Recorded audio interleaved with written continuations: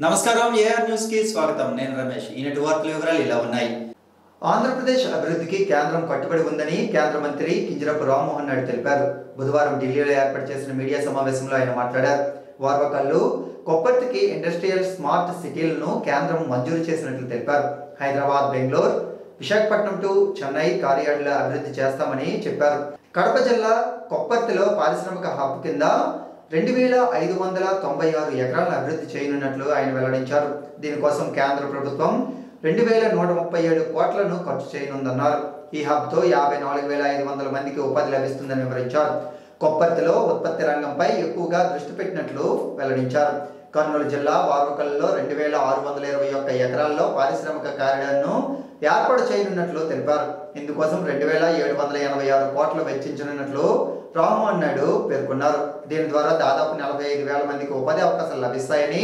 రాయలసీమకు లబ్ధి చేకూరనున్నదని ఆయన చెప్పారు ఏపీలో ఈ 2 స్మార్ట్ సిటీలకు సంబంధించి కేంద్ర కేబినెట్ ఆమోదం తెలిపిందన్నారు కేంద్రం రాష్ట్రం కలిసికట్టుగా ముందుకెళ్తున్నామని వివరించారు కేంద్ర ఆర్థిక మంత్రి ఏపీ విషయంలో ప్రత్యేక శ్రద్ధ తీసుకుంటున్నారని పేర్కొన్నారు ఏదైతే ఆ బేసిక్ ఇన్ఫ్రాస్ట్రక్చర్ ఈ యొక్క నోడ్ లో మనం క్రియేట్ చేస్తున్నామో దానికి సంబంధించి 12,000 కోట్ల వరకు కూడా ఇన్వెస్ట్మెంట్స్ ఈ యొక్క నోడ్ లో వచ్చేటటువంటి అవకాశం ఉంది ఈ నోడ్ ని సుమారు 45,000 ఎంప్లాయ్మెంట్ జనరేషన్ కూడా ఈ యొక్క నోడ్ ద్వారా అవుతుంది సుమారు ఈ యొక్క ఓర్వకల్ తాలూకా నోడ్ ను మనం చూసుకుంటే కర్నూలు జిల్లాలో ఉన్నటువంటి ఓర్వకల్ నోడ్ చాలా ఆ ప్రాంతానికి మనకు తెలిసినదే రాయలసీమ లాంటి వెనుకబడినటువంటి ప్రాంతంలో జాబ్ క్రియేషన్ ఎంత ముఖ్యమైనటువంటిదో ఎకనామిక్ యాక్టివిటీ పెంపొందించాల్సినటువంటి అవసరం ఎంత ఉందో మనం అందరికీ కూడా తెలిసినటువంటి విషయమే అందుకనే ప్రత్యేకంగా ఈ యొక్క ఓర్వకల్ నోడ్ను కూడా సెలెక్ట్ చేసి మరి ఇక్కడ అభివృద్ధి చేయడానికి కేంద్ర ప్రభుత్వం ద్వారా రాష్ట్ర సహకారంతో దీనికి కూడా శ్రీకారం చుట్టడం జరుగుతుంది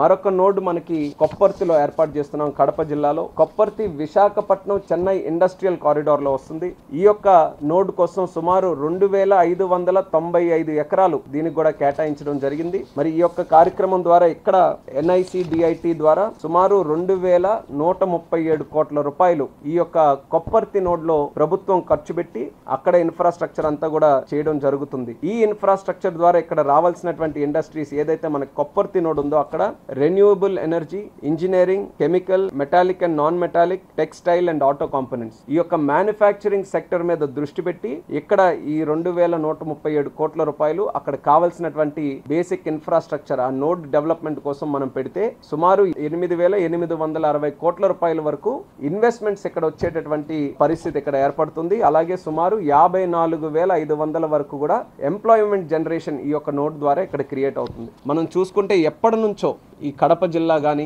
కర్నూలు జిల్లా గాని రాయలసీమ జిల్లాలో గతంలో ఎన్నో సందర్భాల్లో దీని గురించి చర్చించుకున్నాం అక్కడ చాలా పొటెన్షియల్ ఉంది బెంగళూరు సమీపంలో ఉంటుంది చెన్నై సమీపంలో ఉంటుంది మరొక పక్కన హైదరాబాద్ లో సమీపంలో ఉంటుంది కానీ గతంలో పెద్ద ఎత్తున అక్కడ కార్యక్రమాలు చేయలేకపోవడం వల్ల ఆశించినటువంటి స్థాయిలో అభివృద్ధి జరగలేకపోయింది కానీ ప్రభుత్వం రాష్ట్ర ప్రభుత్వం కేంద్ర ప్రభుత్వం ఇద్దరు కూడా కలిసి కట్టుగా ఒక నిర్ణయం తీసుకొని ఈ 2 నోడ్స్ ను కూడా సెలెక్ట్ చేసుకొని మంచి నిర్ణయంతో ఈ రోజు కేబినెట్ లో కూడా అప్రూవల్ తీసుకున్నాం ఇది ఎలా సాధ్యమైందంటే డబుల్ ఇంజిన్ గ్రోత్ తాలూకా ఇది ఒక రిజల్ట్ అనేది కూడా మనం చెప్పుకోవాలి పోలవరం ప్రాజెక్టుకి సంబంధించినటువంటి 12,000 కోట్ల రూపాయలు కూడా ఈ రోజు అప్రూవల్ చేసుకొని అది కూడా శ్రీకారం చుట్టడం జరిగింది సో ఈ 2 కార్యక్రమాలు ఆంధ్రప్రదేశ్ రాష్ట్రానికి చాలా ముఖ్యమైనటువంటివి గతంలో కూడా చంద్రబాబు నాయుడు గారు పోలవరం ప్రాజెక్టును పూర్తి చేయాలన్న ఆలోచనతో ఎంతో కృషి చేసి 2014 నుంచి 19 వరకు ప్రాజెక్ట్ ని సుమారు 74% వరకు పూర్తి చేస్తే జగన్మోహన్ రెడ్డి ప్రభుత్వం వచ్చిన తర్వాత ఆయన తీసుకున్నటువంటి తప్పుడు నిర్ణయాల వల్ల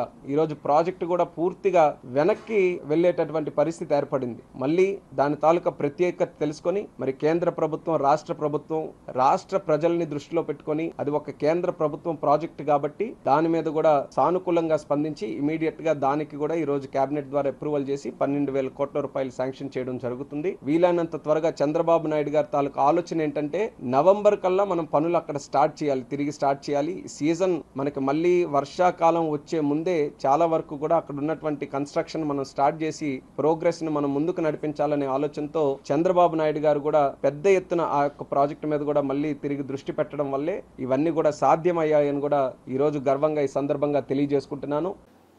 సమావేశంలో ప్రాధాన్యత అంశాలపై చర్చించాలని జిల్లా పరిషత్ అధ్యక్షులు ప్రియా విజయ సభ్యులను కోరారు.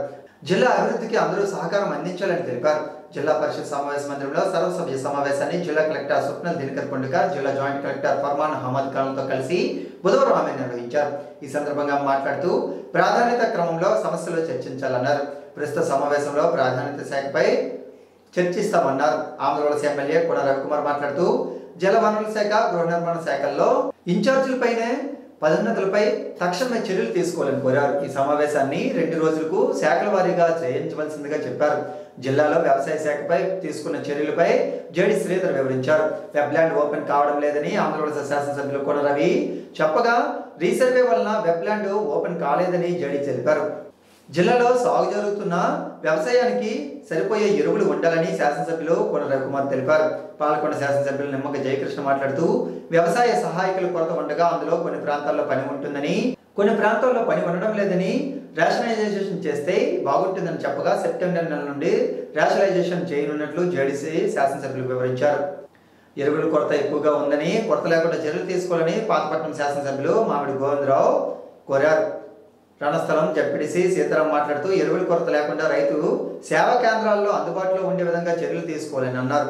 శాసనసభ్యులు కొన రవికుమార్ మాట్లాడుతూ DCMS, PSCS రైతు సేవా కేంద్రాల ద్వారా ఎరువులు పంపిణీ చేయాలని సూచించారు.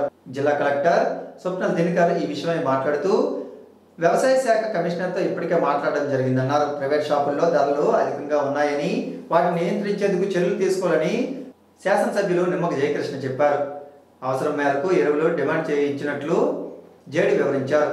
శాసనసభ్యులు పొగ్గు రమణమూర్తి మాట్లాడుతూ సాగు విస్తీర్ణం పెరగడం వల్ల ఎరువుల కొరత ఉందని, ప్రైవేట్ షాపులు, కంపెనీలు, డీలర్లతో జిల్లా కలెక్టర్ సమావేశం ఏర్పాటు చేసి ధరల తగ్గింపుపై చర్యలు తీసుకోవాలని కోరారు.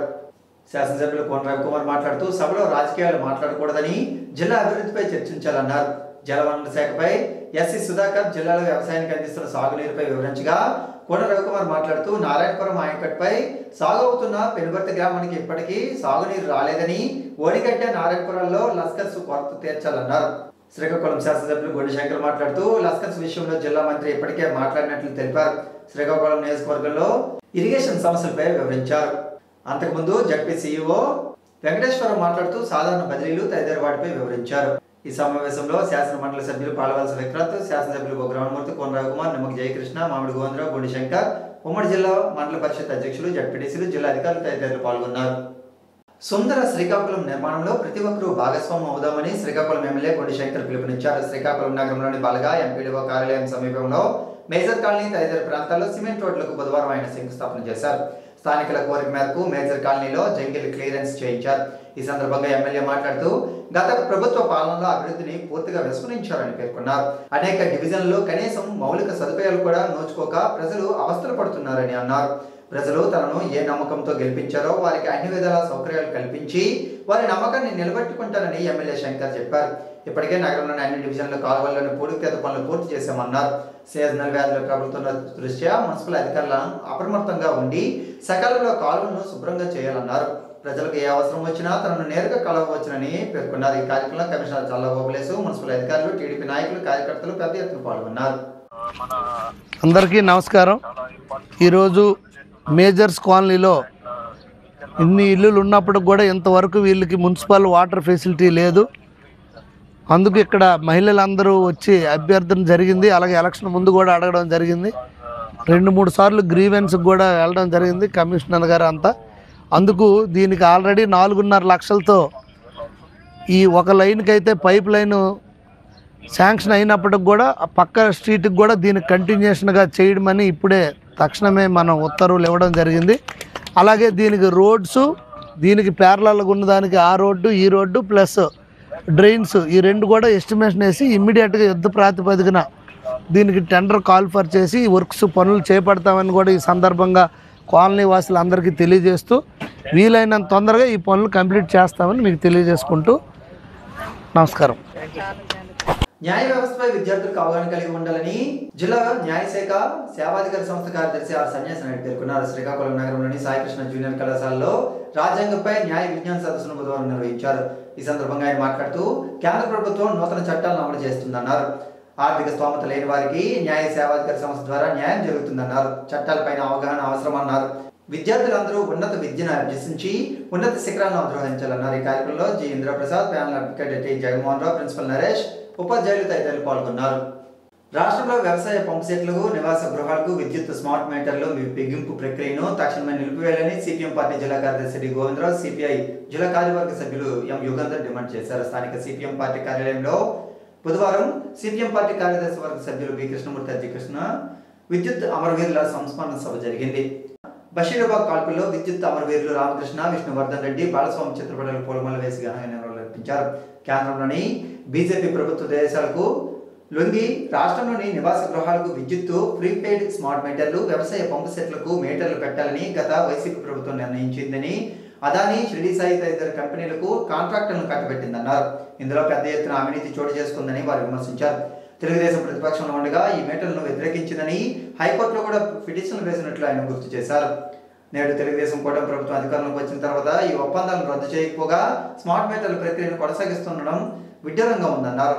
ఈ కార్యక్రమంలో వామపక్ష నాయకులు కె మోహన్ రావు, విజయ మూర్తి, కె శ్రీనివాసరావు, తేజ, ఏ మూర్తి, సూరయ్య తదితరులు ఉన్నారు.